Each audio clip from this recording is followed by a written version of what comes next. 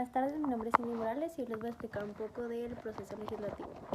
El proceso legislativo recae en el poder legislativo de los Estados Unidos mexicanos, que se deposita en un Congreso General que se divide en dos cámaras, una de diputados y otra de senadores. La de diputados está compuesta por 500 diputados y la de senadores por 128.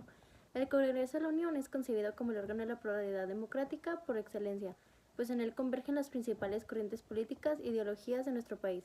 Ambas cámaras tienen como propósito fundamental el análisis, discusión y aprobación de todas las normas que constituyen nuestro sistema jurídico. Esto se logra a través del proceso legislativo. El proceso legislativo es un conjunto de actos y procedimientos que se realizan para la formación de leyes, reformar la constitución política de los Estados Unidos mexicanos y los ordenamientos jurídicos secundarios. Dicho proceso tiene su fundamento en lo establecido por la Constitución Política de los Estados Unidos mexicanos, la Ley Orgánica del Congreso General de los Estados Unidos mexicanos, el Reglamento para el Gobierno Interior del Congreso General de los Estados Unidos mexicanos, los reglamentos de cada cámara y los acuerdos parlamentarios adoptados por la mayoría de miembros de cada una de ellas. Los actores facultados para intervenir en el proceso legislativo son el presidente de la República para presentar iniciativas, formular leyes y decretos, las legislaturas de los estados de la Ciudad de México, las y los diputados federales y senadores y los ciudadanos en un número equivalente por lo menos el 0.13% de la lista nominal de electores en los términos que las leyes correspondan. Inicia en la Cámara de Origen. Esta se refiere indistintamente a una de las dos cámaras del Congreso de la Unión, a la cual va dirigida una iniciativa para continuar con el proceso legislativo, es decir, analizar, discutir y, en su caso, aprobar en primera instancia la ley o decreto presentado por algunos de los actores del proceso legislativo antes mencionados. Una vez aprobada la iniciativa, es discutir en la Cámara Colegisladora, que en este caso opera como Cámara Revisora. La presentación de iniciativas.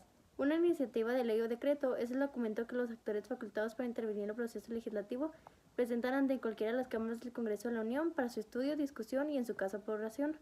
Toda iniciativa presentada deberá ser turnada a comisiones por conducto de la mesa directiva para su análisis y posterior dictamen. Una comisión es un grupo y órgano de trabajo constituido por el Pleno de las cámaras e integrado por legisladores de los grupos parlamentarios con representación en cada una de ellas.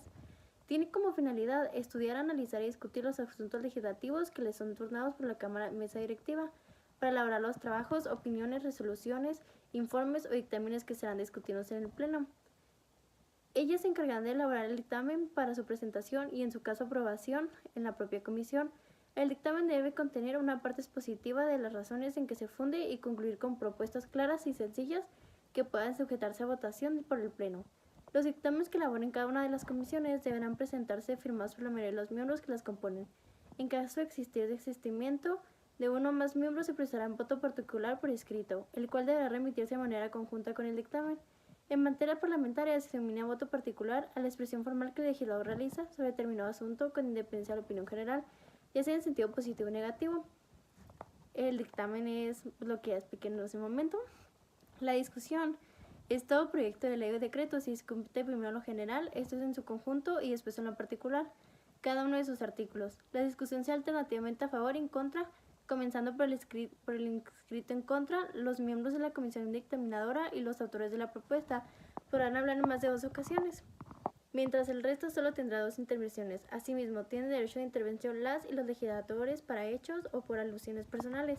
Por un tiempo limitado de 5 minutos, terminada la lista de oradores, el presidente pregunta a la Asamblea mediante votación económica si el asunto se considera suficiente discutido. Se procede a la votación. Si es negativa, continúa el debate, pero bastará que hable uno a favor y otro en contra para repetir la pregunta. Seguimos con la votación en general, que es todo proyecto de ley se discute primero en lo general, o sea, en conjunto, y después en lo particular cada uno de sus artículos, que es lo que explicaba anteriormente.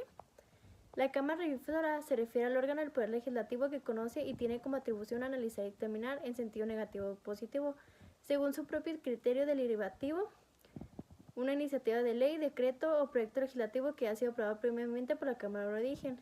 En México, la Cámara Revisora puede ser la Cámara de Diputados de los senadores, dependiendo de cuál apruebe en primera instancia todo proyecto legislativo que no sea de facultad exclusiva. Hay, por ejemplo, facultades que son exclusivamente de iniciación de la Cámara de Diputados y Cámara Revisora de los senadores, como el presupuesto de egresos. Es facultad del presidente de la República presentar la iniciativa, presentar la iniciativa al proyecto. La Cámara de Diputados la recibe de origen y se aprueba por la Cámara de Senadores. Si algún proyecto de ley o decreto fuese desechado en su totalidad por la Cámara Revisora, volverá a la origen con las observaciones que aquello lo hubiese hecho.